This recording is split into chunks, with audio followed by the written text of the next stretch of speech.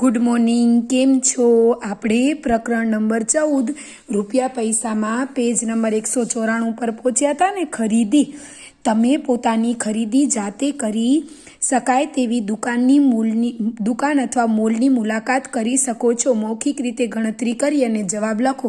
જો હવે અહીંયા જુદી જુદી વસ્તુના ભાવ દીધેલા છે. એક જગ્યાના બોલના 7 રૂપિયા, ભમરડાના 2 રૂપિયા, આવી રમકડાની ગાડીના 15, પછી આ જીરાફના 6 રૂપિયા અને 50 પૈસા, પછી આવી ઢીંગલીના 8 રૂપિયા, પછી આવી નોટબુકના 5 રૂપિયા, પછી પેન્સિલના 2 રૂપિયા અને 50 પૈસા, રબરનો 1 રૂપિયો, એક ચોકલેટના 50 પૈસા, પછી એક પડીકાના 4 રૂપિયા 50 પૈસા, પછી કેળાના 1 રૂપિયા 50 પૈસા, એક ગ્લાસના 3 દૂધના 1 ગ્લાસના 3 રૂપિયા 50 પૈસા અને લીંબુ શરબતના 1 ગ્લાસના 3 રૂપિયા. ચલો હવે તમને એમ કે છે એક દડો અને એક રમકડું.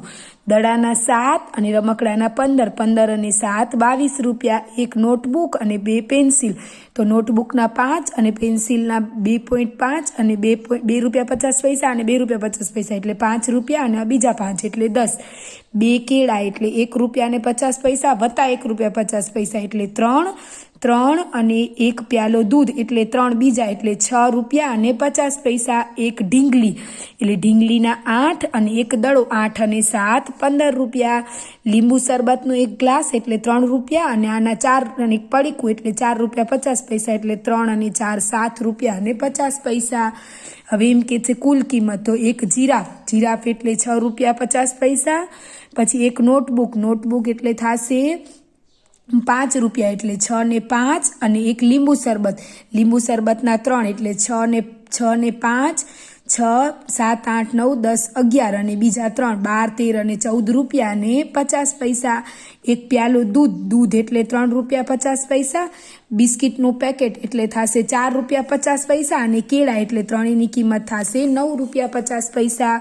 પછી એક નોટબુક એટલે થશે 5 રૂપિયા. 2 પેન્સિલ એટલે 5 રૂપિયા અને 2 રબર એટલે 2 રૂપિયા એટલે 10 અને 2 12 રૂપિયા. 2 ભમરડા એટલે થશે 4. 3 ચોકલેટ થશે એટલે 1 રૂપિયા 50 પૈસા અને 2 કેળા એટલે થશે 3 રૂપિયા એટલે 3 અને 4 5 6 ને 7 ને 1 8 રૂપિયા અને 50 પૈસા. ચલો તમારી પાસે 20 રૂપિયા હોય તો તમે શું ખરીદી શકો છો? તો એક દડો, એક નોટબુક અને એક ઢીંગલી તો એ 20 રૂપિયા. એક જીરાફ, 2 ભમરડા અને 2 કેળા, 2 દૂધના પ્યાલા, 4 રબર અને 2 બિસ્કિટના પડીકા, એક દૂધનો પ્યાલો, એક કેળું અને એક રમકડાની ગાડી. હવે એમ કે છે તમે તમારી રીતે વસ્તુ લઈ અને મેમો બનાવો. તો મેં એક રમકડાની ગાડી લીધી, એના 15 રૂપિયા અને રૂપિયા 15 અને 00. 2 નોટબુક લીધી, એક નોટબુકના 5 રૂપિયા એટલે 2ના 10 રૂપિયા અને પૈસામાં 00. 2 પેન્સિલ લીધી, એક પેન્સિલના 2 રૂપિયા અને 50 પૈસા તો 2 પેન્સિલના થશે 5 રૂપિયા અને 00. 4 ચોકલેટ લીધી, એક ચોકલેટના 50 પૈસા તો એવી 4 ચોકલેટ એટલે 2 રૂપિયા અને 00. 2 કેળા લીધા, એક કેળાના 1 રૂપિયો 50 પૈસા એટલે 2 કેળાના 3 રૂપિયા અને 00. અને એક દૂધનો પ્યાલો એટલે 3 રૂપિયા અને 50 પૈસા તો 3 રૂપિયા અને 50 પૈસા. સરવાળો કર્યો 38 રૂપિયા અને 50 પૈસા. તમે જે વસ્તુઓ ખરીદી તેનો કેસ મેમો તમારે બનાવવાનો છે. સરવાળો કર્યા પહેલાં તમારે કેટલા રૂપિયાની જરૂર પડશે તેવું અનુમાન કરો, પછી સરવાળો કરો અને તમારા અનુમાનની ચકાસણી કરો. ચલો, મોનુએ નીચે મુજબના બિલ બનાવ્યા છે. બિલની ચકાસણી કરો અને તમને ભૂલ જણાય ત્યાં સુધારો. હવે જો એક દડો 7 રૂપિયા અને 7 રૂપિયા એ બરાબર. 3 પેન્સિલ, એક પેન્સિલના 2 રૂપિયા અને 50 પૈસા એટલે 2 પેન્સિલના 5 અને 3 પેન્સિલના 7 રૂપિયા 50 પૈસા એ બરાબર છે. પછી ચોકલેટના 2 રૂપિયા એટલે એક ચોકલેટના કેટલા થશે? 5 ચોકલેટના 2 રૂપિયા છે અને 50 પૈસા તો એક ચોકલેટના થશે 50 પૈસા. તો અહીંયા લખવાનું બાકી છે એટલે તમે લખી નાખજો 0.50 એટલે કુલ 7 ને 7 14 ના પેલા અહીંયા કને 5 ને 5 10નું મીંડું વધીમાંથી 1 7 ને 7 14 15 16 અને 1 17 બરાબર છે. ચલો, રમકડાની ગાડીના રૂપિયા 15 દઈ દીધા છે તો કેટલા રૂપિયા હશે? તો એક જ લીધી છે એટલે 15 રૂપિયા. 3 ગ્લાસ દૂધ તો એક ગ્લાસના 3 રૂપિયા અને 50 પૈસા તો બીજા ગ્લાસના 3 રૂપિયા અને 50 પૈસા અને ત્રીજા ગ્લાસના 3 રૂપિયા 50 પૈસા એટલે 10 રૂપિયા અને 50 પૈસા થશે. અહીંયા 00 લખેલા છે એટલે ખોટા છે એટલે અહીંયા તમે કરી નાખજો. 4 નોટબુકના એક નોટબુકના 5 રૂપિયા, તો 4 નોટબુકના 5 ચોક 20 રૂપિયા જ થાય. 50 પૈસા અહીંયા કને ખોટા દીધેલા છે એટલે અહીંયા 0 0 જ આવશે. એટલે સરવાળામાં આવશે અહીંયા કને 0 0ની જગ્યાએ એના 50 પૈસા, અને આ 15, 10 અને 20 એનો સરવાળો 45, એટલે 45 રૂપિયા અને 50 પૈસા. પછી એક રમકડાની ગાડી, તો રમકડાની ગાડીના થશે 15 રૂપિયા છે એટલે અહીંયા 15 આવશે, અહીંયા 15 આવશે, અહીંયા પણ 15 આવશે. પછી 3 પેન્સિલના એ બરાબર છે, ચોકલેટના એ બરાબર છે અને બિસ્કિટના એ બરાબર છે એટલે અહીંયા કને સરવાળો થશે 30 રૂપિયા અને 50 પૈસા. એ બરાબર છે, 21ની જગ્યાએ 30 થશે. ચલો નીચેના સરવાળા કરો. 0 નો 0, 5 ના 5, 3 ને 2 5, 1 ને 1 2, 0 નો 0, 5 ના 5, 5 ને 4 9 અને 5 ને 1 6, 0 5 1, 3 ને 3 6. પછી બાદ બાકી 0, 5 માંથી 5 જાય એટલે 0, 5 માંથી 1 જાય એટલે 4, 2 માંથી 1 જાય એટલે 1, 0 5, 3 માંથી 2 જાય એટલે 1, 0 માંથી 6 ન જાય એટલે ઉપર લેશું 10 કો, 10 માંથી 6 જાય એટલે 4 અને અહીંયા કને 1 ઓછું એટલે 0. પછી અહીંયા કને 0, અહીંયા કને 5, 9 માંથી 7 જાય એટલે 2 અને 1 ના 1. પછી તમારી પાસે 30 રૂપિયા છે. નીચેની વસ્તુઓ ખરીદ્યા પછી તમારી પાસે કેટલા રૂપિયા વધશે તે લખો. હવે એક દડો લીધો છે, એક ઢીંગલી અને એક જીરાફનું રમકડું, એટલે એ ત્રણેયનો સરવાળો થશે. કુલ અહીંયા કને કિંમત તમને દીધેલી છે ને એનો સરવાળો કરવાનો છે, એટલે ત્રણેયનો સરવાળો થશે 21 રૂપિયા અને 50 પૈસા. પણ આપણી પાસે 30 રૂપિયા છે એટલે પછી બાદ બાકી કરશું એટલે 8 રૂપિયા અને 50 પૈસા.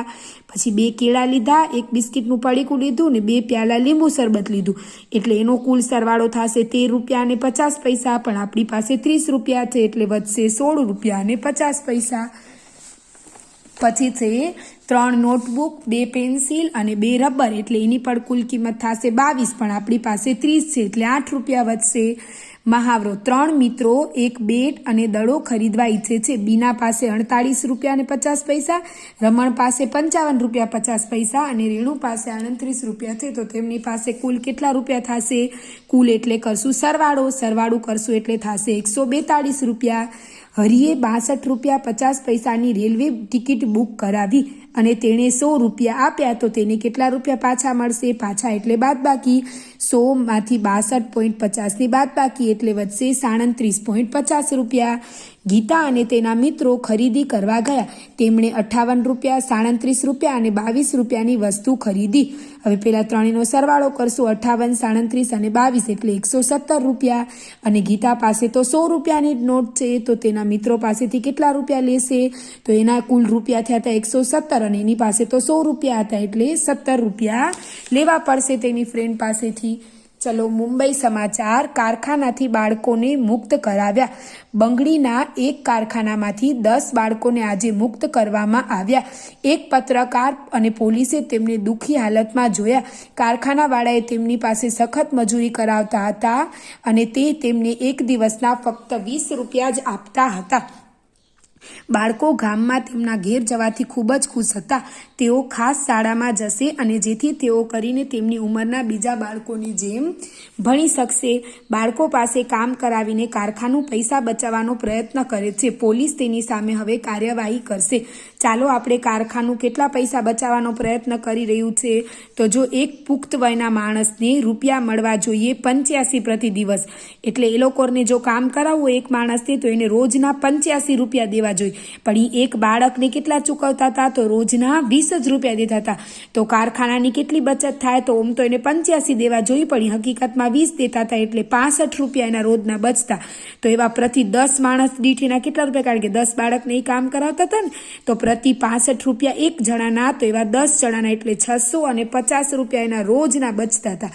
ચલો હવે તમને એમ કે છે તમારા વિસ્તારમાં એવી કોઈ દુકાન કે કારખાના છે જ્યાં નાના બાળકોને કામ કરવાની ફરજ પાડવામાં આવે છે, કે તમારી આજુબાજુ પણ એવું કોઈ છે? જોજો. ચલો ન્યૂ રેલવેની મુસાફરી. પછી એમ કે છે આ રેલવે ન્યૂ જલપાઈગુડીથી તે ગુવાહાટી જાય છે અને રસ્તામાં તે ન્યૂમાલ, અલીદ્વારપુર, ગોલપરા સ્ટેશને ઊભી રહે છે. જુદા જુદા રેલવે સ્ટેશન સુધીની ટિકિટની કિંમત આપેલી છે. હવે ન્યૂ જલપાઈગુડીથી ન્યૂ જલપાઈગુડીથી ન્યૂ માલનું કિલોમીટર છે 57 અને એની ટિકિટ છે 12 રૂપિયા અને 50 પૈસા. પછી ત્યાંથી અલીદ્વારપુર જઈએ એટલે 175 કિલોમીટર અને એની ટિકિટ છે 28 રૂપિયા. પછી ત્યાંથી વળી પાછા ન્યૂ જલપાઈગુડીથી ગોલપરા જઈએ તો 366 કિલોમીટર અને એની ટિકિટ છે 49 રૂપિયા અને 50 પૈસા. અને છેલ્લે ગુવાહાટી પહોંચી એટલે 495 કિલોમીટર અને એની કિંમત છે 62 રૂપિયા અને 50 પૈસા. હવે તમને એમ કે છે ન્યૂ માલથી ગુવાહાટી, તો ન્યૂ માલથી ગુવાહાટી કેટલું કિલોમીટર થાય? તો ન્યૂ માલનું છે 57 અને ગુવાહાટી 495, તો 495 માઇનસ 57 એટલે 438 કિલોમીટર. ન્યૂ માલ અને ગોલપરા વચ્ચે, તો ગોલપરાનું છે 366 અને ન્યૂ માલનું 57 એટલે 366 માઇનસ 57 એટલે 309 કિલોમીટર. અલીદ્વારપુરથી ગુવાહાટી, તો અલીદ્વારપુર છે 175 અને ગુવાહાટી 495, તો 495 માઇનસ 175 એટલે 320 કિલોમીટર. ન્યૂ માલ અને અલીદ્વારપુર, તો અલીદ્વારપુરનું છે 175 અને ન્યૂ માલનું 57 એટલે થશે 118 કિમી. ગોલપરાથી ગુવાહાટી, તો ગોલપરાનું છે 366 અને ગુવાહાટી 495, તો 495 માઇનસ 366 એટલે 129 કિલોમીટર. ચાલો હવે ભૂપેન ન્યૂ જલપાઈગુડીથી અલીદ્વારપુર જાય છે તો કેટલું ભાડું થશે? તો ન્યૂ જલપાઈગુડીથી અલીદ્વારપુર એટલે ન્યૂ જલપાઈગુડી એટલે ન્યૂ જલપાઈગુડીથી જાય છે અલીદ્વારપુર એટલે અહીંયા કડે એટલે થશે 12 રૂપિયા અને 50 પૈસા. એટલે અલીદ્વારપુર એને પહોંચવું છે એટલે કેટલા થશે? તો કે 28 રૂપિયા. ચાલો હવે એમ કે છે ઇન્દિરાએ ન્યૂ જલપાઈગુડીથી ગોલપરા જવું છે તો કેટલું ટિકિટ થશે? તો ન્યૂ જલપાઈગુડીથી ગોલપરા એટલે 49 રૂપિયા અને ગોલપરા પહોંચવું છે એટલે 50 પૈસા. પછી ડેબુ, સીમા અને ગોવિંદ ન્યૂ જલપાઈગુડીથી ન્યૂ માલ જાય છે અને તેમને 3 ટિકિટના રૂપિયા ચૂકવવા પડશે. હવે એને ક્યાં જવું છે? ન્યૂ માલ, તો ન્યૂ માલની 12 રૂપિયા અને 50 પૈસા. પણ એ લોકો કેટલા જણા છે? તો કે 3 જણા એટલે 12 રૂપિયા અને 50 પૈસા ગુણ્યા 3 એટલે 37 રૂપિયા અને 50 પૈસા. તેઓએ 50 રૂપિયાની એક નોટ ટિકિટ માટે આપી, તો હવે કેટલા પાછા મળશે? તો 50 રૂપિયાની નોટ દીધી અને એના તો 37 રૂપિયા અને 50 પૈસા થયા હતા, તો કેટલા વધ્યા? તો કે 12 રૂપિયા અને 50 પૈસા હજી એમની પાસે વધ્યા. હવે જો એ લોકો રાજી થઈ ગયા, વાહ અમને અમારી રેલવેની ટિકિટ મળી ગઈ, કારણ કે એમની પાસે તો હજી પૈસા વધ્યા છે ને. ચલો આ બધાએ સ્વાધ્યાય પોથીમાં પૂરું કરી નાખવાનું, સ્વાધ્યાય પોથી શું ચોપડીમાં પૂરું કરી નાખવાનું છે.